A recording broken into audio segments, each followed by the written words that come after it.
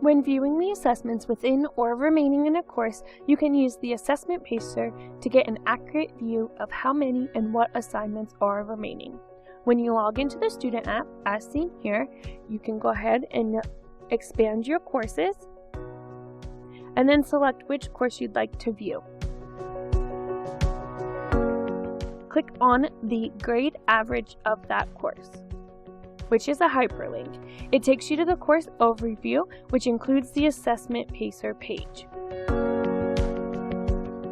It is worth noting that the Assessment Pacer itself is set to have students complete one assignment each weekday. However, the Pacer does not account for the length or difficulty of the assignment. So you want to keep in mind the type of assignment you are completing and how long it may take you.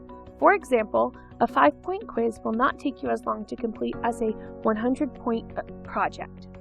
You can, however, use it as a guide. Knowing the time you need or anticipate needing to complete the course can allow you to use the Assessment Pacer to view how many assessments you've completed. As seen here, if it is completed, you will see an X. How many assessments there are total based on the assessment number. If you scroll to the bottom, you'll see how many there are in the whole course. For example, this course, there are 84 assessments total. And then if you subtract the completed from the total, you'll see how many you have remaining. So for example, we have 84 assessments in this course, and we have completed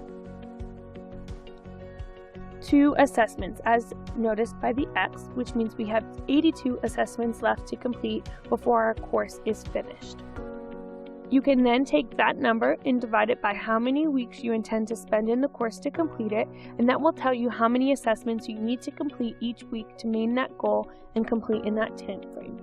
So if we want to take 10 weeks to complete the rest of this course and complete our remaining 82 assignments, we would do 82 divided by 10, which means we'd need to do 8 to 9 assignments a week to be able to get done by our 10-week time frame.